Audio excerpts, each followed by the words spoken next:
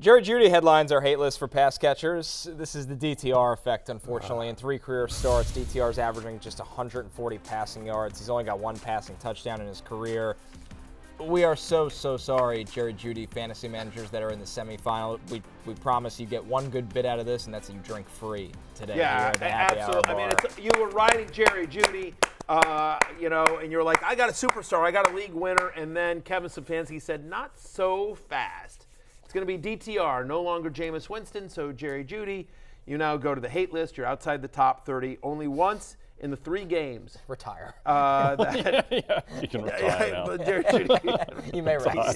You can retire now. I hear Jerry Jeudy might retire next season. I heard he might retire We want Saturday. more Cedric Tillman targets. Jerry Jeudy, you have to retire. I heard he might retire on Saturday. Look, DTR started 3 games, and only once in those 3 games did any wide receiver for the Browns score double-digit fantasy points, and that was Elijah Moore, who had 12.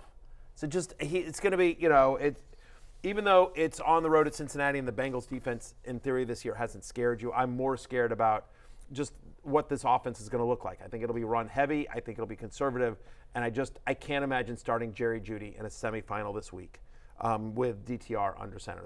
And Njoku is the only guy, and again, if he didn't qualify at tight end, I wouldn't even say Njoku, but it's just too much risk, too much variance, not enough sample size on DTR doing anything other than being ineffective for me to risk it in the fantasy playoffs. Jaylen Waddle also on the hate list here, Jay. The Eagles have been phenomenal against wide receivers in the second half of the season. Since week 9, there's no defense better than besides the 49ers than them against wide receivers. Bad spot for Jaylen Waddle, especially he's banged up, knee injury going into this game. Yeah, and I think the sneaky thing out of last week for the Niners is catastrophic a viewing experience and a result as that game was against the Rams. Their defense is healthy again. Nick Bosa is back, Dre Greenlaw back, Javarius Ward is back in the lineup as well. Hufanga, Fred Warner is continuing to play on his ankle. I think this is going to be a pretty solid defense the rest of the way. And to your point, Connor, they've been really good against opposing wide receivers, and Jaylen Waddle's banged up too. Exactly. Another guy on the hate list Quinn is Johnson. QJ tonight. Don't love him. Expected to be shadowed by Patrick Surtain. Wide receivers facing the Broncos have scored on a league low 2.5% of their targets. QJ, by the way, in every game he hasn't scored a touchdown this year, averaging under 7 fantasy points per game. He is really touchdown dependent, and again, we talked about it. It is hard to score a touchdown if you're a wide receiver facing the Broncos. He's outside my top 40.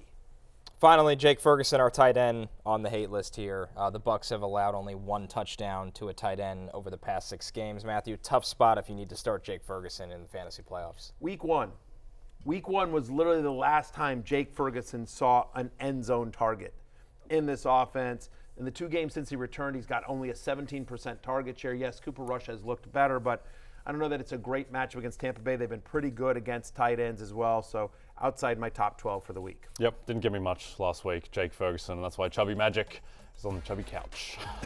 Hey, it's Matthew Berry from NBCSports.com and RotoWorld.com, and I want to thank you so much for watching whatever it is you just watched, or if nothing else, being too lazy to click out of the autoplay after this video started, after whatever it is you actually wanted to watch finished.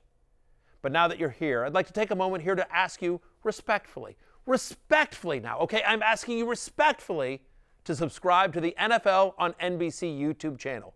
You'll get the latest Roto-World fantasy news headlines, all sorts of great shows, including my own Fantasy Football Happy Hour. So go subscribe now. Again, I'm asking respectfully.